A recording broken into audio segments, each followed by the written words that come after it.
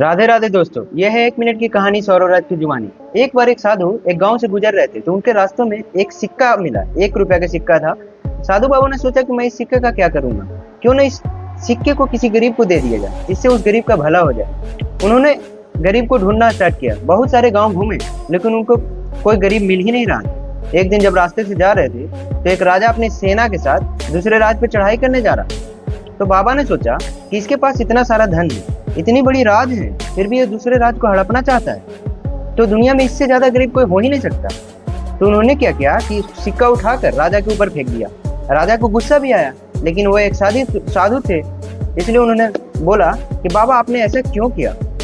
बाबा बोले कि जब मैं रास्ते से जा रहा था तो मुझे 1 का सिक्का मिला था। मैंने सोचा ये गरीब को दे दूंगा तो उससे उसका भला हो जाएगा, लेकिन मुझे तुमसे बड़ा गरीब कोई दिखा ही नहीं, क्योंकि तुम्हारे पास इतनी बड़ी राज है, इतना सारा धन है, तब भी तुम दूसरा का धन हड़पना चाहते हो। ये सुनकर राजा का अपने गलती का एहसास हो गया और वो अपने देश वापस लौट गया।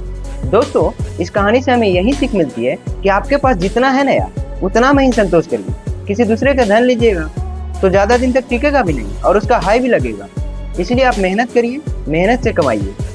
अगर आपको इस कहानी से सीखने को मिली है तो आप हमको सब्सक्राइब और फॉलो कर सकते हैं। धन्यवाद।